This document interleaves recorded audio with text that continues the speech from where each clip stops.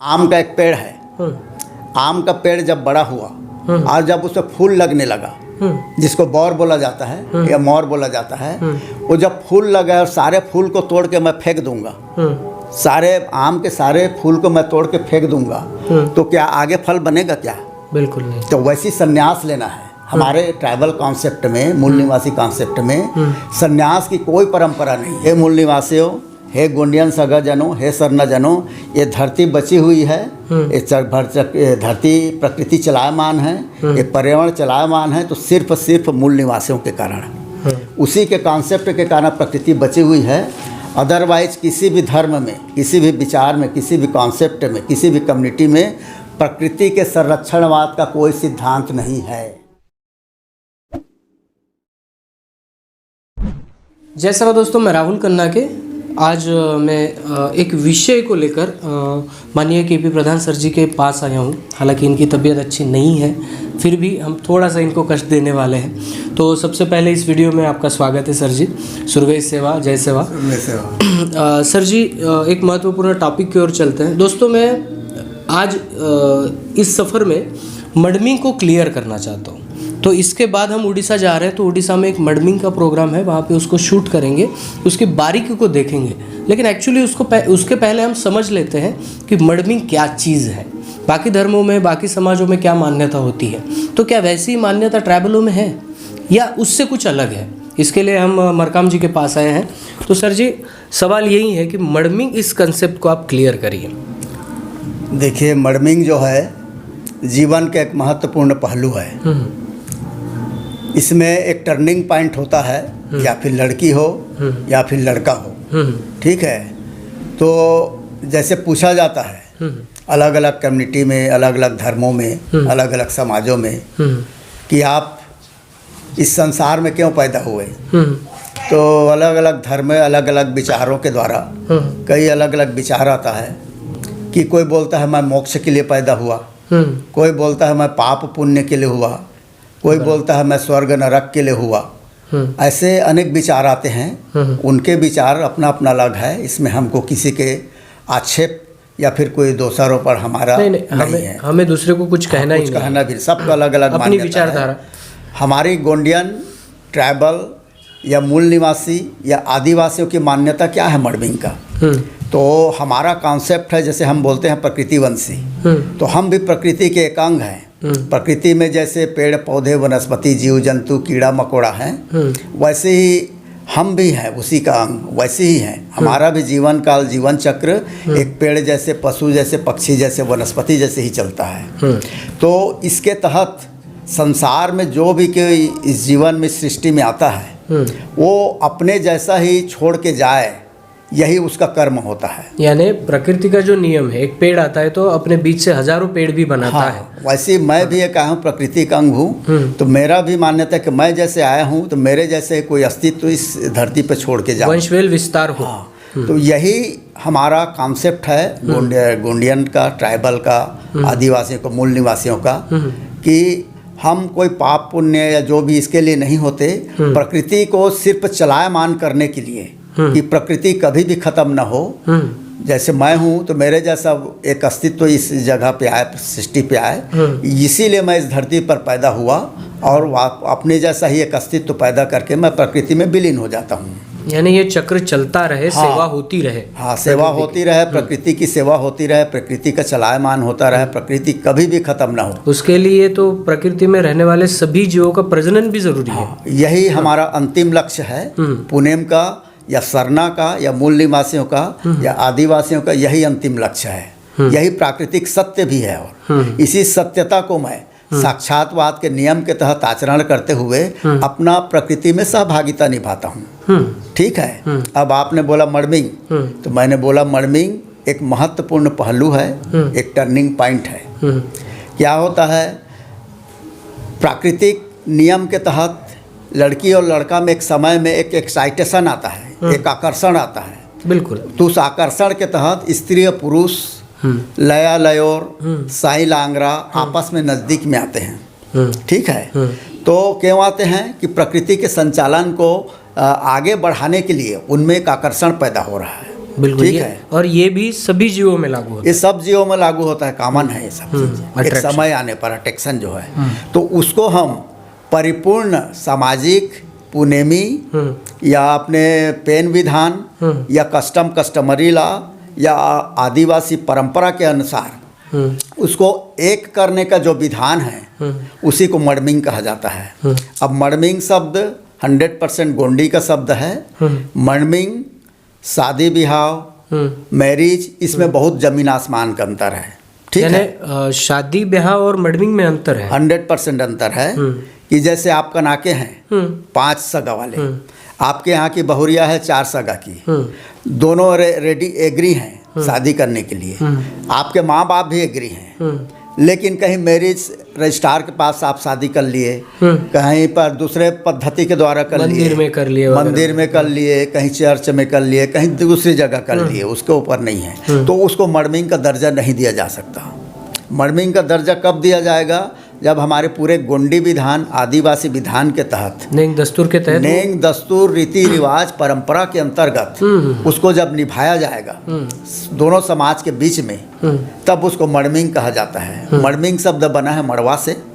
जैसे कि हम खीरा या ककड़ी का बीज लगा के एक कॉन्सेप्ट रखते हैं कि आगे ऐसा कुछ मंडप मड़वा टाइप बनाएंगे जिसमें खीरा ककड़ी ऐसे झूलेगा, तो वैसे स्त्री पुरुष के बीच को एक किया जा रहा है सामाजिक विधान के तहत, और उसके तहत आगे इनमें वंश बेली का विस्तार होगा। यही समझ के हम मंडवा गाड़ते हैं। जैसे आप 9 खंड सृष्टि 16 खंड धरती, हाँ, उसका जो कॉन्सेप्ट है आपका जो हमेशा बोलते हैं, उसी के नीचे, उसी मड़वा के नीचे लया लयोर साई लांगरा लड़की लड़का कई नाम दिया जा सकता है। उसको परिपूर्ण गोंडियन आदिवासी मूल निवासी परंपरा रीति रिवाज कस्टमरी लॉ को ध्यान में रखते हुए पूरे सगा समाज के साक्षी मानकर, सारे पेन शक्तियों को साक्षी मानकर, वो जब मंडप के नीचे जो कर्म किया जाता है ना, सामाजिक नेंग या बल्दे धार्मिक भी बोल सकते हैं आप, तभी उसको मड़मिंग का दर्जा कहा जाएगा। यानी पूरे नेंग दस्तूर के साथ अगर किया जाता है तो ही वो मड़मिंग कहलाएगा, तभी मड़मिंग कहलाएगा। मंडप के नीचे अपने मंडे के सामने। हाँ। इसके अतिरिक्त आप कहीं मंच में चले गए, वहाँ वरमाला कर रहे हैं, वहाँ लगीन रख रहे हैं कोई चावल दाल छिड़क के, या कहीं दूसरे जगह कर रहे हैं, तो उसको मड़मिंग का दर्जा नहीं दिया जा सकता हमारे कस्टमरी लॉ रूढ़ी प्रथा के अंतर्गत।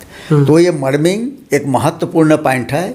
इसको हर नेंग को एक एक नेंग को रिकॉर्ड कीजिए, और पूरा प्रकृति के चलन के ऊपर आधारित है कि हम खर्ची को दई नेंग क्यों करते हैं।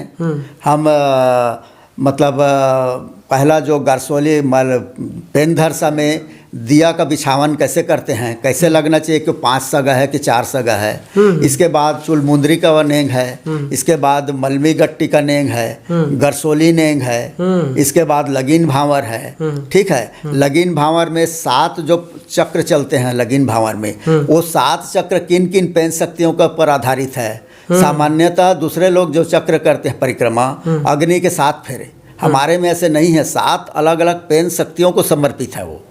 इसके बाद चलते चलते ही लड़की का कब पारी परिवर्तन हो जाता है, सबसे बड़ी बात। उसी 7 चक्र में जब चलते चलते लड़की अपने पारी को छोड़ के दूसरे पारी में जाती है, तो वो भूमिका समझाता है कि उस बेटी को समझाता है जो लड़की को कि देखो बेटा, इस लगीन भांवर के चलते चलते बढ़ते बढ़ते तुम अपने पारी को छोड़ के लड़के के पारी में शामिल हो रहे हो, सम्मिलित हो रहे हो। उसको एहसास कराना पड़ता है कि जैसे आपके यहाँ की बहुरिया कौन सी पारी की है? 4 की है। क्या लिखती है? सिडाम है। तो आप सिडाम पारी को छोड़ के कनाके के पारी में कैसे शामिल हो रहे हैं, जब तक उसको बताएंगे नहीं, एहसास नहीं होगा, थोड़ी पता चलेगा। तो उस बेटी को बताना पड़ता है कि तुम सिडाम के आंगन की घर की बेटी अब नहीं रहे, अब तुम कनाके घर की बेटी हो। इस सारे नेंग दस्तूर लगीन भांवर में आता है। इसके बाद एक महत्वपूर्ण चीज़ है, वो है आपका वधुमान प्रथा, जिसको वधु मूल्य प्रथा कहते हैं। इसको कैसे ऑपरेट करते हैं, किसका किसका मान किया जाता है, उस नेंग को करने के बाद ही कोरा सोपा नेंग होते हैं। मतलब सिडाम पारी के लोग आपके कनाके पारी को अपना बेटी सौंपते हैं।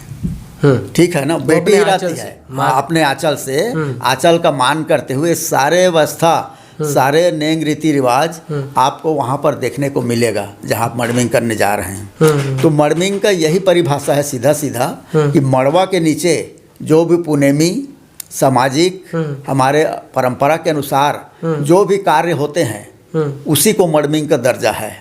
अदरवाइज कहीं पर आप करें उसको मड़मिंग का दर्जा नहीं है। तो मैं सब भूमकलों को कहना चाहता हूँ कि हमारे मड़मिंग के एक एक नेंग को बढ़िया से एक्सप्लेन करें और बताएं कि उसमें कितना संबंध को जोड़ने का तरीका है। क्योंकि हमारे जो मड़मिंग होता है उसमें मैं देखा गया है, रिसर्च किए हैं, उसमें संबंध विच्छेद आगे बहुत नहीं के बराबर होता है। तो कहीं ना कहीं मड़मिंग जो जुड़ाव का पद्धति है, एक स्त्री और पुरुष को जुड़ाने का, एक लया लयर को जुड़ाने का, एक साई लांगरा को जुड़ाने का, वो सतत और लगातार जुड़े रहे अनवरत। इसीलिए वो सारे पद्धति करवा के उनको एहसास कराया जाता है लया लयर को कि भाई ये सिस्टम है, देव विधान के तहत है और इसके तहत आप लोग पूरे जीवन भर एक साथ रहेंगे। तो जिस समाज में, जिस गोंडियन समाज में, जिस आदिवासी समाज में, जिस मूल निवासी समाज में मड़मिंग का इतना गहराई से नेंग हो, तो इसीलिए आदिवासियों में, मूल निवासियों में या फिर गोंडियन में या सरना में या कोई भी ट्राइबल हो, उनमें संबंध विच्छेद का जो परंपरा बहुत नहीं के बराबर है। जो हमारे लिए गर्व की बात है। बिल्कुल, ये बहुत बड़ा गर्व है कि हमारे में संबंध विच्छेद या फिर जिसको दूसरे शब्दों में तलाक होता है, ये नहीं के बराबर है आदिवासियों में। इसलिए हमको गर्व होना चाहिए और सबको गर्व होना चाहिए। तो सर जी, तुंडा मुंडा कुंडा इस स्टेप को देखते हुए जो मुंडा वाली मिडल वाली प्रथा है उसके आप बारे में हम चर्चा कर रहे हैं। तो प्रकृति कहती है कि हर जीव को प्रजनन करना चाहिए और जीव प्रोड्यूस करना चाहिए। बिल्कुल बिल्कुल, वो बीज बचाने का कंसेप्ट है। तो हमारे इसमें ट्राइबलों में सन्यासी होने के लिए या सन्यासी का क्या कंसेप्ट है? कुछ नहीं, मैं पहले भी बोला हूँ और बहुत सारे अलग अलग समाज में सन्यास लेने की प्रथा है। मतलब अकेले रहना, जिसे हम मुंजा कहते हैं। हाँ, अकेले रहना सन्यास, वो ट्राइबल में सन्यास की प्रथा नहीं है, बिल्कुल नहीं। जस्ट लाइक आपको मैं एक एग्जांपल देता हूँ। जैसे आम का एक पेड़ है, आम का पेड़ जब बड़ा हुआ और जब उसमें फूल लगने लगा, जिसको बौर बोला जाता है या मोर बोला जाता है, वो जब फूल लगा और सारे फूल को तोड़ के मैं फेंक दूंगा, सारे आम के सारे फूल को मैं तोड़ के फेंक दूंगा, तो क्या आगे फल बनेगा क्या? बिल्कुल नहीं। तो वैसी सन्यास लेना है। हमारे ट्राइबल कॉन्सेप्ट में, मूल निवासी कॉन्सेप्ट में सन्यास की कोई परंपरा नहीं है। मैं पहले भी बोला हूँ, मेरा सृष्टि में सृजन इसीलिए हुआ है कि मैं अपने जैसे छोड़ के जाऊँ। अगर मैं सन्यास ले लिया तो आगे जनरेशन होगा क्या? बिल्कुल नहीं होगा, खंडित हो जाएगा, खंडित हो जाएगा। तो इसलिए हम प्रकृति वंश इसीलिए बोलते हैं ना कि प्रकृति के मैं संग में हूँ। सन्यास लेना प्रकृति के नियम के खिलाफ है। और ये भी कानून है महाराष्ट्र में कि जो अविवाहित होता है उसे मरने के बाद पेन में नहीं लिया जाता, उसे मुंजा कहा जाता है। पैदा नहीं होता तो अप्राकृतिक हो जाता है ना। अप्राकृतिक लोगों को पेन में नहीं लेता, अप्राकृतिक हो जाता है वो। अप्राकृतिक को प्राकृतिक सेवा कैसे दिया जा सकता है? पेन एक प्राकृतिक शक्ति है। इसीलिए दूसरे धर्म उसको क्या बोलते हैं, उनका अलग मान्यता है। हमारी मान्यता 100% प्राकृतिक का विज्ञान सत्य है कि मैं जैसे आया हूँ वैसे मैं अपने धरती पे छोड़ के जाऊंगा, इस प्रकृति में विलीन हुआ, तभी वो प्राकृतिक सम्मत एक न्याय है, प्राकृतिक न्याय है ये। तभी मैं प्रकृति के साथ न्याय कर रहा हूँ। अदरवाइज मैं संन्यास ले लिया तो प्रकृति का चलन तो रुक जाएगा ना। इसके लिए मैं 100% पूरे ट्राइबल मूल निवासियों को धन्यवाद दूंगा, आभार व्यक्त करूंगा कि हे मूल निवासियों, हे गोंडियन सगा जनों, हे सरना जनों, ये धरती बची हुई है, ये धरती प्रकृति चलायमान है, ये पर्यावरण चलायमान है, तो सिर्फ मूल निवासियों के कारण, उसी के कॉन्सेप्ट के कारण प्रकृति बची हुई है। अदरवाइज किसी भी धर्म में, किसी भी विचार में, किसी भी कॉन्सेप्ट में, किसी भी कम्युनिटी में प्रकृति के संरक्षणवाद का कोई सिद्धांत नहीं है। ये इतना बड़ा ट्राइबल का समझिए मेन रहस्य प्रकृति को लेके चल रहा है। और ट्राइबल को कम आंकना, ये तो बोलता हूँ कम बुद्धि का परिचायक है। बिल्कुल, इसलिए हमारे में सन्यास लेने की कोई परंपरा नहीं है। हमेशा हम मड़मिंग करते हैं, प्रकृति को चलायमान ही हमारा अंतिम लक्ष्य है। होया पुनेम, सरना फिलासफी, भील हो गया, मीणा हो गया, संथाल हो गया, पूरे मूल निवासी और वर्ल्ड के सब मूल निवासी या आदिवासी ट्राइबल का एक ही लक्ष्य है इस संसार में आने का, प्रकृति को चलायमान करने का। बिल्कुल, तो वो प्रकृति के नियमों के अनुसार उनको मर्डमिंग करना है और उनको जीव की उत्पत्ति भी करनी है, तभी प्रकृति सम्मत और न्याय करता है अपने साथ, अपनी उत्पत्ति के साथ और प्रकृति के साथ। बिल्कुल ठीक है, यही प्राकृतिक सत्य है। और इसी सत्य को लेकर समस्त आदिवासी गोंडियन सगजन लगातार हजारों करोड़ साल से लेते आ रहे हैं और लगातार करोड़ों हजार साल तक चले जाएंगे, आगे जाएंगे। प्रकृति कभी भी ख़त्म नहीं होगा, सिर्फ और सिर्फ मूल निवासी कॉन्सेप्ट के कारण। बिल्कुल, बहुत अच्छा सर जी, जो मर्डमिंग वाला कंसेप्ट था वो आपने क्लियर किया। दर्शकों को आगे मैं वीडियो में बताऊंगा कि कैसे किया जाता है, क्योंकि नेताम जी हमारे साथ हैं और उनको भी उनके पूजा जो करेंगे वो गोंगो करेंगे, तो उसके छोटे छोटे सवाल मैं उनसे पूछूंगा और उनसे भी राय लूँगा। तो दोस्तों, मरकाम जी की तबीयत अच्छी ना होते हुए उन्होंने हमारे लिए वक्त निकाला, इसलिए बहुत बहुत सेवा जोहार सर जी। धन्यवाद। आगे अगर मौका मिलेगा सेवा जरूर करेंगे। हमारा जीवन अंतिम लक्ष्य ही सेवा करना है। बिल्कुल, तबीयत खराब होती रहती, बिगड़ती रहती है, प्राकृतिक सत्य है, धूप और छाँव आते रहते हैं। बिल्कुल, हाँ वो ठीक है, लेकिन हमारा जीवन अगर इस कर्मों को करते हुए भी अगर ख़त्म हो जाए तो उस जीवन को सफल प्राकृतिक जीवन ही कहा जाएगा। बिल्कुल, सर जी के जो वचन है, मैं हमेशा इनकी बातें बहुत गहराई से सुनता हूँ और इनके सुनने के बाद मैं जब घर जाता हूँ तो उस पर चिंतन होता है और बहुत कुछ निकल आता है। तो दर्शकों, आप ये वीडियो जो है वो ज़्यादा से ज़्यादा लोगों में फैलाइए। सर जी यहीं रुकते हैं, मिलते हैं अगले वीडियो अगले टॉपिक के साथ। तब तक के लिए जय सेवा, जय जोहार, जय आदिवासी, जय गुणवाना, जय भीम।